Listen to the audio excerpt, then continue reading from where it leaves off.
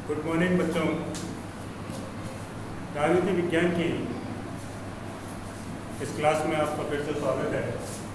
पिछले क्लास में हमने जो टॉपिक लिया था वो राष्ट्रपति लिया था और उसमें हमने राष्ट्रपति की निर्वाचन प्रक्रिया के बारे में विस्तार से पढ़ा था। इस क्लास में हम इसी टॉपिक को थोड़ा आगे बढ़ा रहे हैं और राष्ट्रपति की शक्तियों का अध्ययन इस क्लास में करेंगे अपन। पिछली क्लास से संबंधित कुछ क्वेश्चन वैसे पूछे गए थे, जिनमें से जो मुख्य क्वेश्चन थे कि एक तो राष्ट्रपति के निवास स्थान से संबंधित कुछ क्वेश्चन आए थे। मैंने पिछली क्लास में भी बताया था कि जो राष्ट्रपति का जो औपचारिक निवास स्थान दिल्ली में रायसीना हिल्स में राष्ट्रपति भवन के नाम से जाना जाता है। इसके अलावा हिमाचल प्रदेश की राजधानी शिमला में छरबरा नामक स्थान पर भी एक उसका निवास स्थान है जो द रिट्रीट के नाम से जाना जाता है। और आंध्र प्रदेश में हैदराबाद में एक और उसका निवास स्थान है जो राष्ट्रपति निलयम के नाम से जाना है। कुछ बच्चों के इस संबंध में प्रश्न आए थे, कुछ बच्चों ने विशेषाधिकार के संबंध में पूछे थे।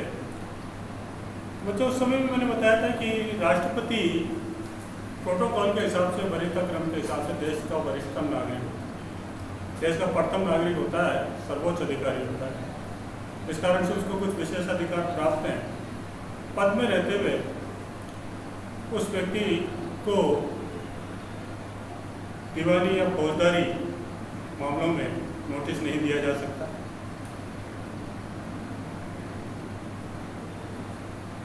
या उसको पद में रहते हुए गिरफ्तार नहीं किया जा सकता।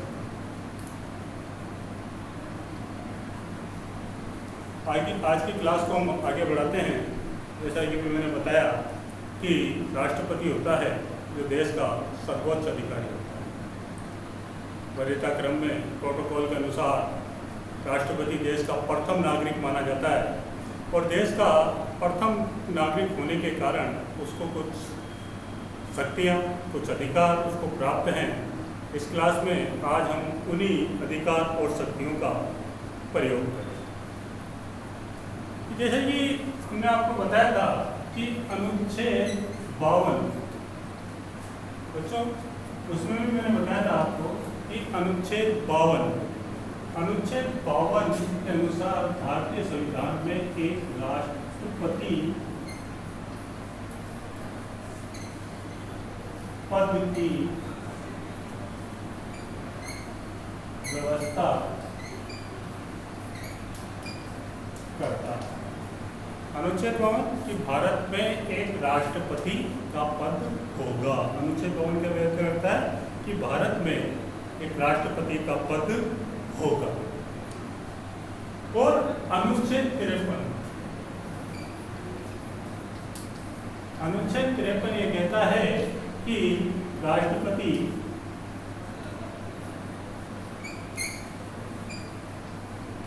कार्यपालिका का संवैधानिक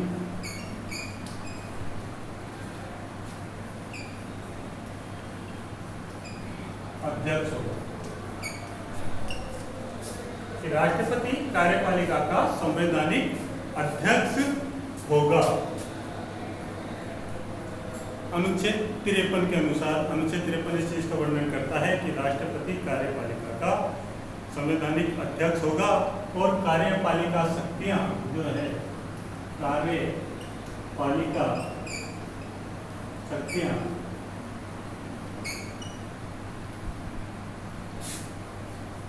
राष्ट्रपति में निहित।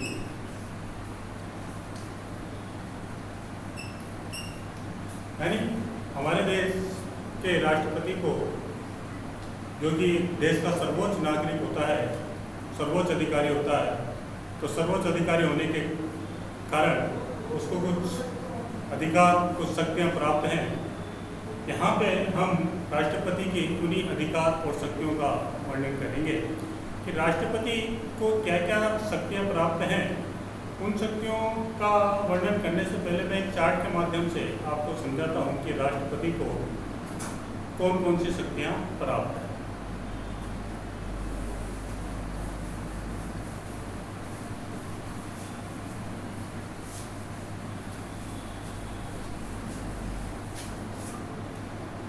बच्चों देखो, राष्ट्रपति की शक्तियों को हम दो भागों में बांट सकते हैं।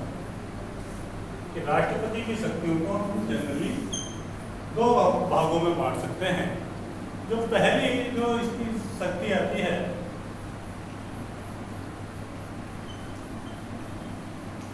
वो आती है सामान्यकालीन शक्ति।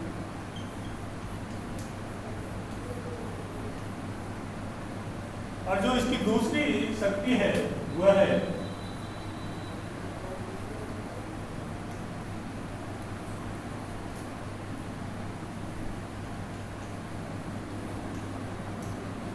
आपातकालीन शक्ति। यानी राष्ट्रपति की शक्तियां कितने प्रकार की होती है? तो राष्ट्रपति की शक्तियां दो प्रकार की होती है।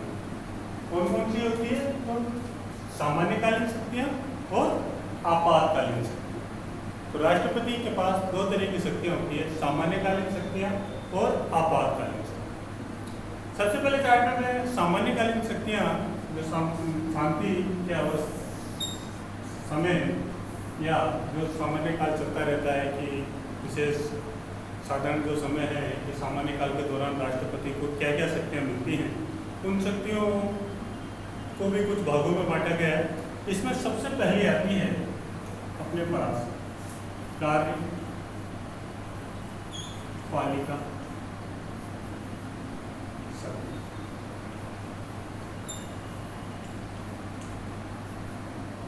सबसे पहली शक्ति कौन सी हो गई? कार्यपालिका शक्ति। दिख रहा नहीं आपको?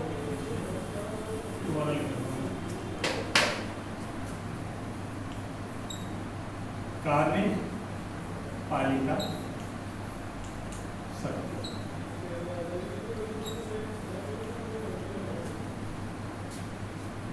पहली शक्ति सामान्यकालीन शक्तियों में जो पहली शक्ति है वो है कार्यपालिका शक्ति।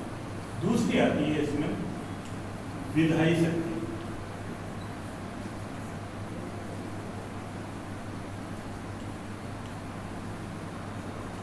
पहली तो कौन सी हो गई? कार्यपालिका शक्ति है और दूसरी हो गई विधायी शक्ति। राष्ट्रपति की जो सामान्यकालीन शक्तियों में जो तीसरी शक्ति आती है वह है वित्तीय शक्ति।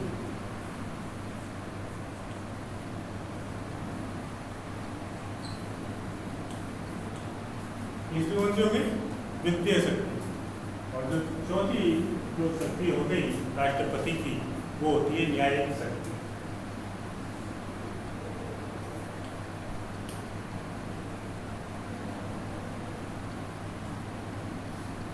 सामान्यकालीन शक्तियों को चार्ट के माध्यम से समझाया गया कि सामान्यकालीन शक्तियां कार्यपालिका शक्तियां, विधायी शक्तियां, वित्तीय शक्तियां और न्यायिक शक्तियां।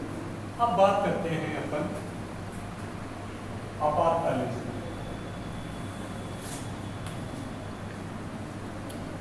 तो राष्ट्रपति की जो आपातकालीन शक्तियां हैं, तो राष्ट्रपति की आपातकालीन शक्तियों में तीन प्रकार की, तीन तरह की होती है। इसमें जो पहले जो अनुच्छेद 352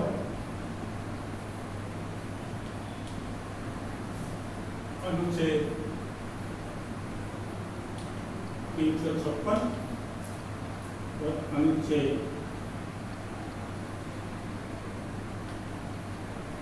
360 इसके अंतर्गत आती है। अनुच्छेद 352 के अंतर्गत युद्ध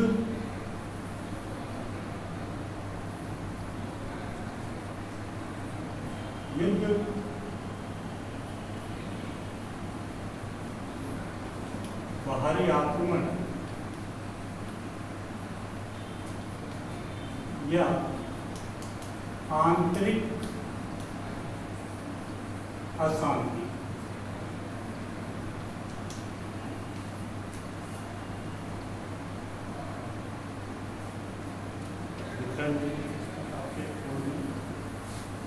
युद्ध, बाहरी आक्रमण या आंतरिक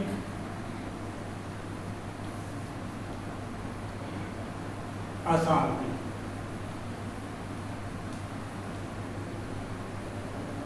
अगर राष्ट्रपति को लगता है कि देश का युद्ध हो गया या भारी आक्रमण हो गया देश पे, तो राष्ट्रपति को ये लगता है कि किसी दूसरे देश ने भारत पर आक्रमण कर दिया, तो राष्ट्रपति को इस तरह की रिपोर्ट मिले कि भारत की आंतरिक शांति को खतरा है, तो राष्ट्रपति अनुच्छेद 352 के तहत राष्ट्रपति शासन लगा सकते हैं। दूसरा जो अनुच्छेद है 356, ये राज्यों के लिए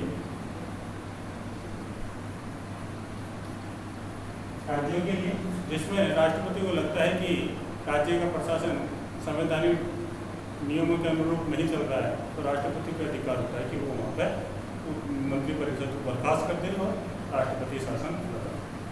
और अनुच्छेद 360 कहता है वित्तीय आपात के तहत।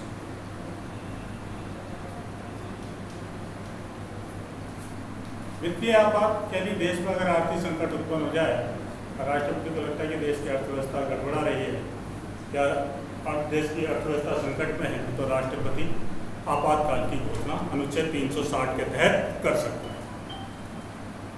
ये एक चार्ट के माध्यम से मैंने आपको राष्ट्रपति की शक्तियों को थोड़ा चार्ट बना के समझाया। आप जब तक इन चार्ट को उतारें,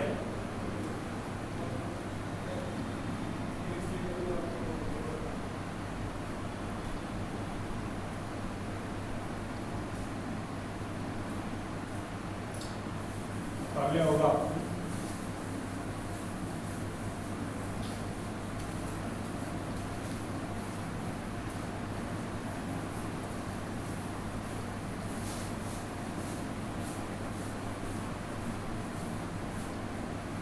अब राष्ट्रपति की प्रथम प्रकार की शक्तियों में आते हैं अपन।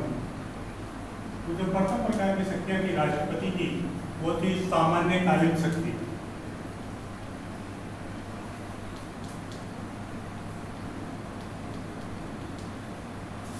तो प्रथम प्रकार की जो शक्ति थी राष्ट्रपति की सामान्यकालीन शक्तियां, कि राष्ट्रपति देश का संवैधानिक प्रधान होता है, देश का सर्वोच्च नागरिक होता है, वरिष्ठता क्रम में देश का प्रथम व्यक्ति माना जाता है।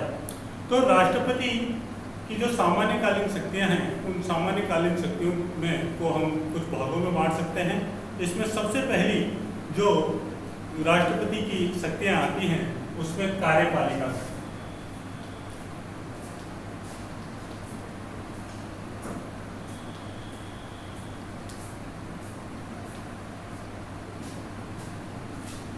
कौन सी हो गई? कार्यपालिका शक्ति है। तो पहली कार्यपालिका सामान्यकालीन शक्ति में जो प्रथम शक्ति है वो है कार्यपालिका शक्ति, कि इस देश का कार्यपालिका प्रधान होने के कारण राष्ट्रपति को कुछ कार्यपालिका शक्तियां विद्यमान हैं, और इन शक्तियों को राष्ट्रपति किस तरह से प्रयोग करता है और कौन कौन सी शक्तियां इस कार्यपालिका शक्ति के अंतर्गत राष्ट्रपति को प्राप्त होती है, उन सब शक्तियों का वर्णन हम आपको एक एक करके बताते हैं। जो सबसे पहले इसमें आता है राष्ट्रपति प्रधानमंत्री की नियुक्ति। फर्स्ट है इसमें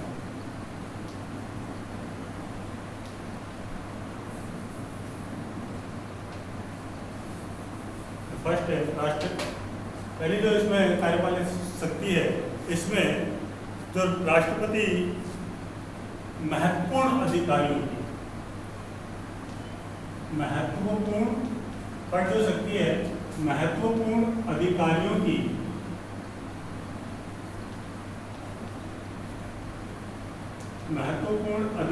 की नियुक्ति करता है।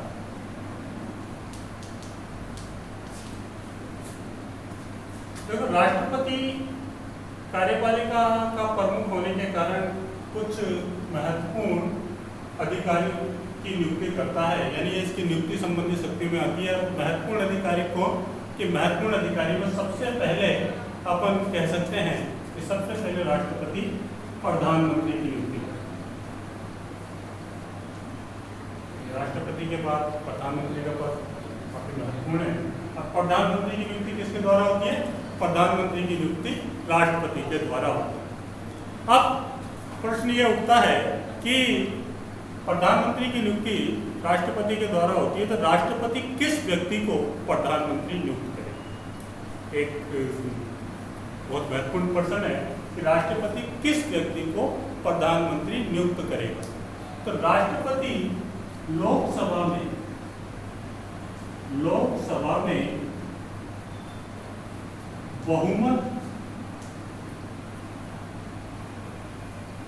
बहुमत प्राप्त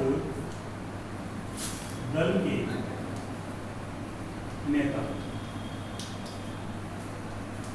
यानी जिस व्यक्ति को लोकसभा में जिस दल को लोकसभा में बहुमत प्राप्त हुआ, जिस व्यक्ति को लोकसभा में बहुमत प्राप्त हुआ, उस दल का जो नेता होता है, उस नेता को राष्ट्रपति प्रधानमंत्री पद पर नियुक्त करता है।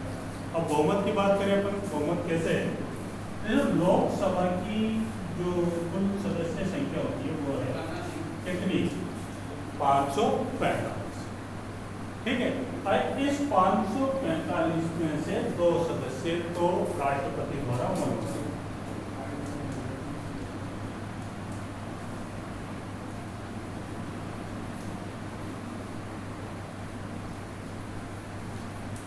दो सदस्य तो राष्ट्रपति ने मनोनीत कर दिए और बाकी बचे कितने? 543 सीटों पर चुनाव हुआ और उस 543 सीटों पर चुनाव होने के बाद जो चुनाव के नतीजे आए, प्रत्येक दल को अलग अलग सीटें मिली। इसका जो बहुमत माना जाता है, 543 का बहुमत माना जाता है भारत में 272, यानी जिस दल को 272 सीटें मिली वो दल बहुमत प्राप्त दल कहलाएगा और उस दल का जो नेता होगा उस व्यक्ति को राष्ट्रपति प्रधानमंत्री पद पर नियुक्त करेगा। अब एक और महत्वपूर्ण बात आती है कि मान लो किसी दल को स्पष्ट बहुमत नहीं मिली, यानी 272 सीटें किसी दल को नहीं मिली, तब क्या होगा? कि जो हमने दोबारा थोड़ा सा पीछे चलते हैं कि राष्ट्रपति की शक्तियां बताई कि राष्ट्रपति की सामान्यकालीन शक्तियां और संकटकालीन शक्तियां। इसके अलावा राष्ट्रपति के पास एक शक्तियां और होती है, वो होती है उसकी स्व विवेक की शक्ति। ये राष्ट्रपति अपनी विवेक पर आधारित ये शक्तियां होती है, वो अपने विवेक से काम लेकर तब इन शक्ति का प्रयोग करता है कि कई बार जब देश में परिस्थितियां ऐसी उत्पन्न हो जाती है तो तब राष्ट्रपति अपने विवेक के अनुसार कार्य करता है। अब यहाँ पे मैं एक वैसे उदाहरण बता रहा हूँ आपको कि मैंने बताया था कि 272 सीटें मिलेगी तब कोई दल बहुमत प्राप्त दल होगा, लेकिन किसी दल को स्पष्ट बहुमत नहीं मिला, अलग अलग दलों को स्पष्ट बहुमत मिला। मान लो कि जो सबसे बड़ा दल है उसको 250 सीटें ही, जो सबसे बड़ा दल है उसको 250 सीटें ही मिली, स्पष्ट बहुमत तो नहीं मिला, तो राष्ट्रपति इस दल को तो आमंत्रित कर ही नहीं सकता। तब यहाँ पे राष्ट्रपति का विवेक कार्य करता है कि वो किस व्यक्ति को सरकार बनाने के लिए आमंत्रित करे। ये राष्ट्रपति के ऊपर निर्भर करता है। अब राष्ट्रपति जिस भी व्यक्ति को सरकार बनाने के लिए आमंत्रित करेगा उसके पास स्पष्ट बहुमत तो है नहीं, तो राष्ट्रपति उसको एक टाइम देता है, निश्चित टाइम देता है कि आप अपना एक निश्चित समय के अंदर अपना बहुमत सिद्ध करें। आप उसको सरकार बनाने के लिए पहले तो आमंत्रित करेगा राष्ट्रपति उस व्यक्ति को, फिर उस दल को अपना बहुमत सिद्ध करने के लिए कहेगा। अगर वो व्यक्ति अपना बहुमत सिद्ध कर लेगा, किसी दूसरे दल से अपना गठबंधन कर लेगा, तो उस दूसरे दल के जो सीटें हैं उन दलों को अपने दल में मिला लेगा। दूसरा दल उस जो 260 सीटें जिसको मिली, 250 सीटें जिसको मिली, उसको अपना समर्थन दे देगा, तो उस दल के साथ मिलकर वो सरकार बने। अब ये राष्ट्रपति के विवेक के ऊपर निर्भर करता है कि किसको बनाए और किसको नहीं, या सरकार बनाने के लिए किसको आमंत्रित। इस बारे में भी कई बार एक आलोचनात्मक कह सकते हैं कि राष्ट्रपति का जो विवेक है वो किस तरह से कई बार एक विवाद का कारण बन सकता है। देखो 1998 का एक उदाहरण है। 1998 के जब चुनाव हुए, लोकसभा के चुनाव हुए, तो अटल बिहारी वाजपेयी की सरकार सबसे ज़्यादा सीटें जिसको मिली थी वो सरकार, वो दल था, यानी सबसे ज़्यादा सीटें मिलने वाला दल था, लेकिन स्पष्ट बहुमत नहीं मिला था। लेकिन वो दल बहुमत के करीब था। तो पहले तो राष्ट्रपति ने उनसे कहा कि पहले आप इस बात का प्रमाण पत्र प्रस्तुत कीजिए कि जो भी राजनीतिक दल आपको समर्थन दे रहे हैं उस बात का आप प्रमाण पत्र प्रस्तुत कीजिए कि उनके समर्थन का पत्र हमको महत्व दीजिए। और दूसरी बात, उनको मात्र 10 दिन का टाइम दिया गया सरकार में अपना बहुमत स्पष्ट सिद्ध करने। दूसरी तरफ बात करें अपन 1991 की, जब नरसिम्हा राव की सरकार थी, तो नरसिम्हा राव सरकार को इस तरीके की किसी परेशानी का सामना नहीं करना पड़ा। कई बार राष्ट्रपति की जो स्वविवेक की शक्तियाँ राजनीति से भी प्रेरित हो सकती। इसके अलावा अपन नियुक्ति संबंधी बात कर रहे थे कि राष्ट्रपति महत्वपूर्ण अधिकारियों की नियुक्ति करता है। प्रधानमंत्री की नियुक्ति अपन ने देखी, तो पहला तो हो गया राष्ट्रपति प्रधानमंत्री की नियुक्ति करता है।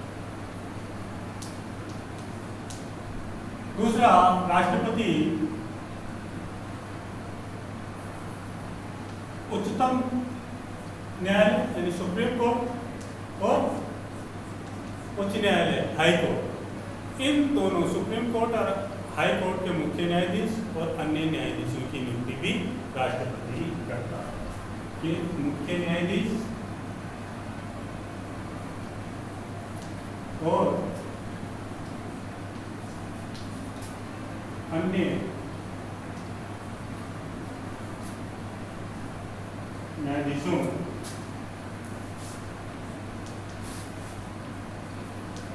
की नियुक्ति राष्ट्रपति के द्वारा की जाती है।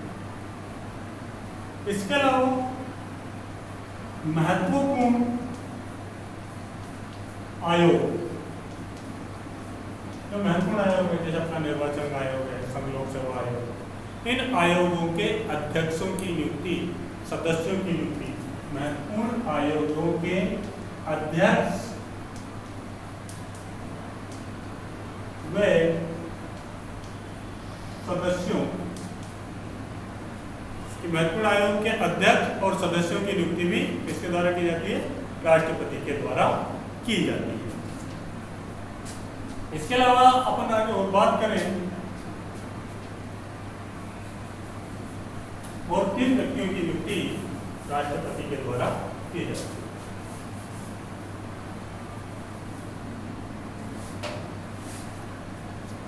तो राज्यों के राज्यपाल, राज्यों के राज्यपालों की नियुक्ति भी राष्ट्रपति के द्वारा ही की जाती है। भारत के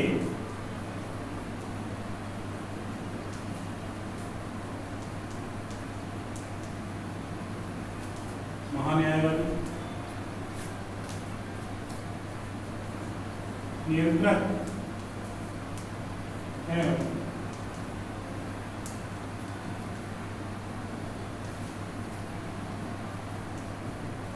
महालेखा परीक्षक की नियुक्ति राष्ट्रपति के द्वारा की जाती है। यानी राज्यों के राज्यपाल की नियुक्ति, भारत के महान्यायाधीश की नियुक्ति, नियंत्रक एवं महालेखा परीक्षक की नियुक्ति, इन सब की नियुक्ति राष्ट्रपति के द्वारा की जाती है। यानी महत्वपूर्ण अधिकारियों की नियुक्ति के संबंध में ये प्रधानमंत्री की नियुक्ति करता है, राज्यपाल की नियुक्ति करता है, भारत के महान्यायाधीश की नियुक्ति करता है, नियंत्रक एवं महालेखा परीक्षक के नियंत्रक एवं महालेखा परीक्षक की नियुक्ति करता है, विभिन्न आयोगों के अध्यक्ष की नियुक्ति करता है, निर्वाचन आयोग के मुख्य निर्वाचन आयोग की, संघ लोक सेवा आयोग के अध्यक्ष की इनकी नियुक्ति करता है। कार्यपालिका शक्तियों में जो इसकी दूसरी शक्ति आती है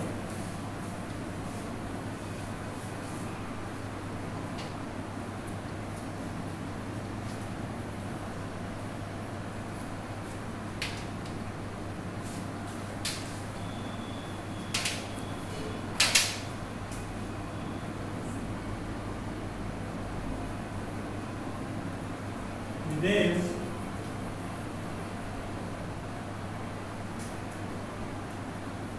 संबंधों के क्षेत्र,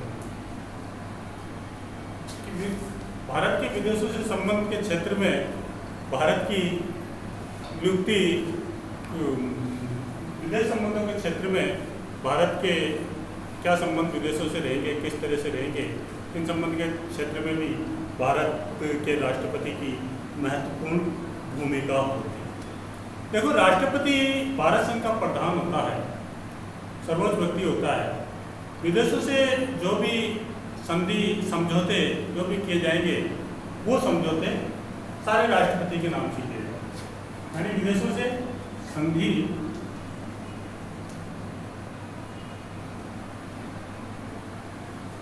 समझौते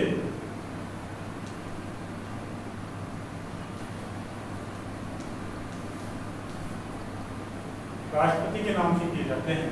जो भी विदेशों से कोई भी करे उनको, लेकिन नाम किसका आता है? राष्ट्रपति का नाम। इसी के तरह विदेशों में जो राजदूत नियुक्त करते हैं,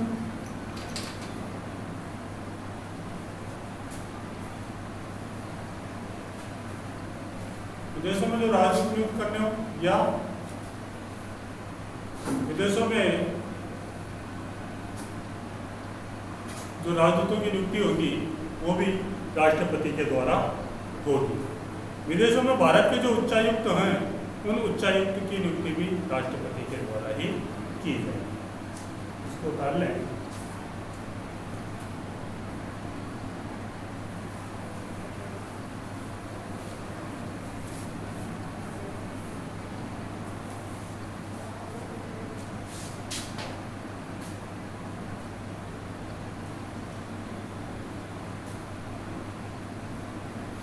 अब जो तीसरी इसकी शक्ति आती है, दूसरी इसकी सामान्यकालीन शक्तियों में पहले तो ये कार्यपालिका शक्ति होगी, दूसरी शक्ति आती है तो विधायी शक्ति।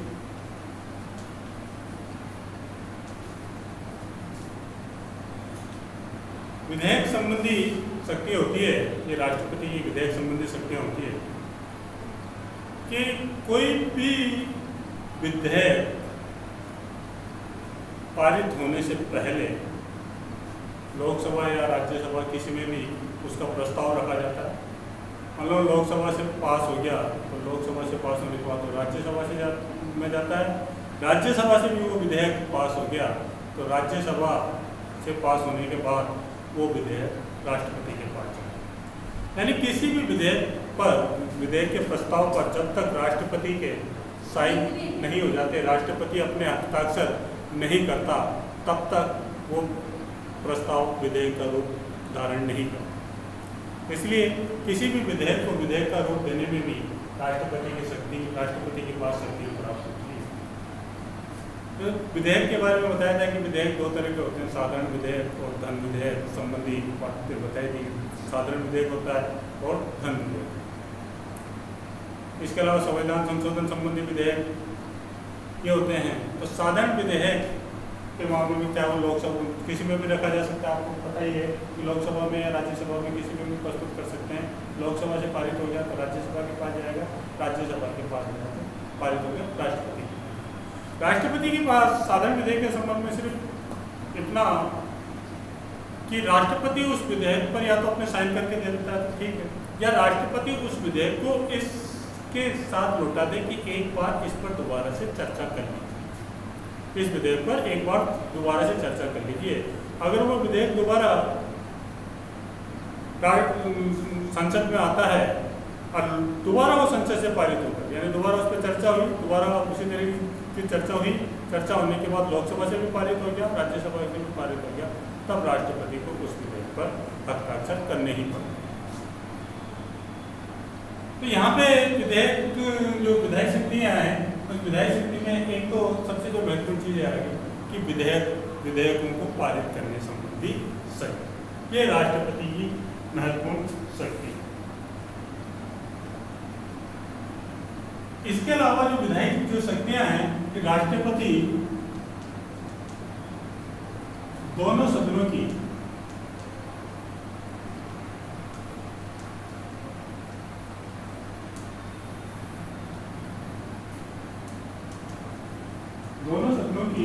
संयुक्त बैठक बुला।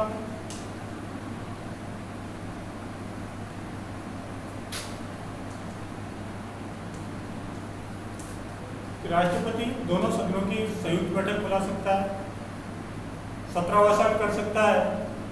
कि दोनों सदनों की संयुक्त बैठक बुलाने के पीछे कि कई बार किसी मान लो सत्र संसद का अधिवेशन नहीं चल रहा हो और किसी विषय पर कानून बनाना अनिवार्य हो, विधि का निर्माण अनिवार्य हो, तो उस स्थिति में राष्ट्रपति दोनों सदनों की संयुक्त बैठक भी बुला सकता है। ये पूरी तरह से राष्ट्रपति के हाथ में उस बैठक को स्थगित भी कर सकता है। वो संसद के नए वर्ष के प्रारंभ में या जब संसद की बैठक बुलाता है तो इनको संबोधित भी करता है। ये राष्ट्रपति की जो विधायी शक्ति के अंतर्गत आता है। इसके अलावा जो विधायी शक्ति है राष्ट्रपति की, उस राष्ट्रपति की विधायी शक्तियों में कुछ शक्तियां ऐसी होती है, जो कुछ विधेयक ऐसे होते हैं, कुछ विधेयक जो राष्ट्रपति की पूर्व अनुमति से ही संसद में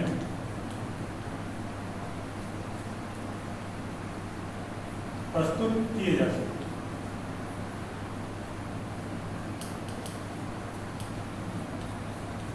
यानी कुछ विधेयक ऐसे होते हैं जिनको संसद में प्रस्तुत करने, उसका प्रस्ताव लोकसभा में या राज्यसभा में रखने से पहले राष्ट्रपति की स्वीकृति लेना आवश्यक होता है।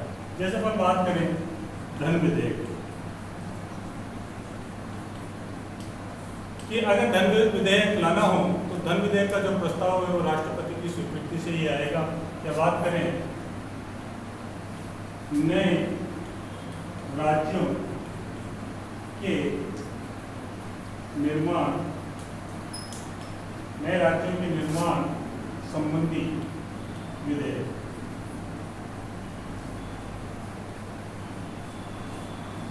अगर नए राज्यों के निर्माण संबंधी विधेयक है तो उस विधेयक को अगर संसद में प्रस्तुत करना है तो संसद में प्रस्तुत करने से पहले राष्ट्रपति की स्वीकृति इसमें आवश्यक होगी।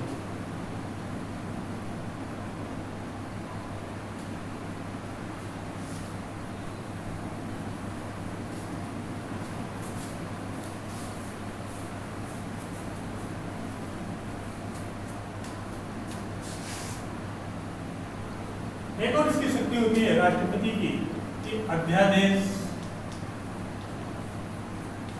जारी करने की शक्ति। राष्ट्रपति अध्यादेश भी जारी कर सकता है, राष्ट्रपति के पास अध्यादेश जारी करने की भी शक्ति होती है। अब बात करते हैं राष्ट्रपति की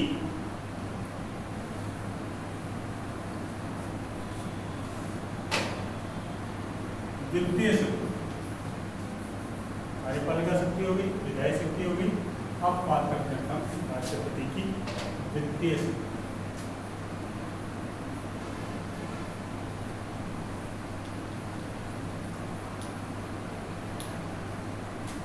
राष्ट्रपति को वित्तीय शक्तियां भी प्राप्त है कि जब भी वित्त वर्ष के प्रारंभ में, जब प्रारंभ होता है, बजट का प्रस्तुत किया जाता है तो राष्ट्रपति की ही आज्ञा से प्रस्तुत किया जाता है। भारत की आकस्मिक नीति से कोई भी धन की निकासी होती है तो राष्ट्रपति की आज्ञा से ही निकाली जाती है। इसके अलावा वो भारत की आय व्यय का विवरण भी उसको मांग सकता है वो कभी भी। यानी वित्त संबंधी क्षेत्र में भी राष्ट्रपति की शक्तियां काफी व्यापक हैं। फिर राष्ट्रपति की एक और शक्ति आती है, वो है न्यायिक शक्ति।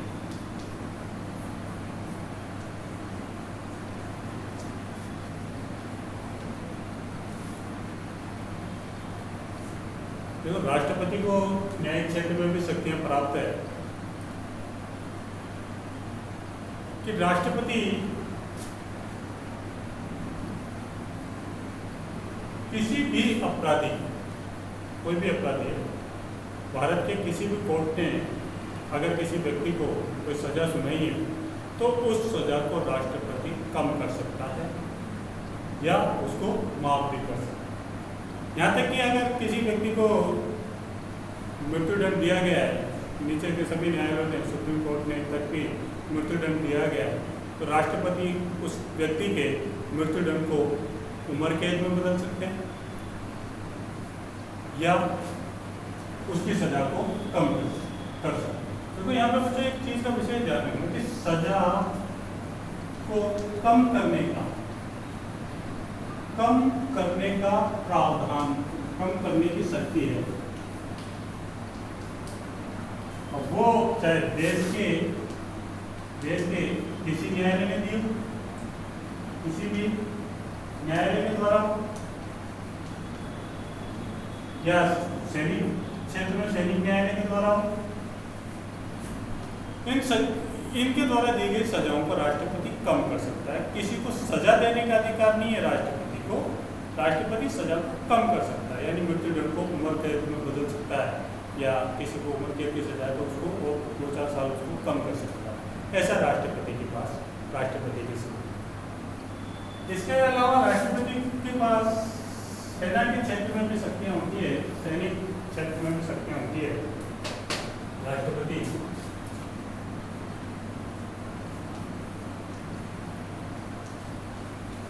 कि राष्ट्रपति तीनों सेनाओं का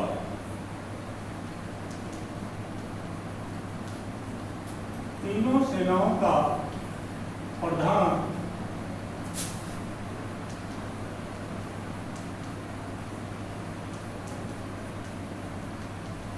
राष्ट्रपति तीनों सेनाओं का प्रधान सेनापति और तीनों सेनाओं के, जल सेना, थल सेना, वायुसेना, इन तीनों सेनाओं के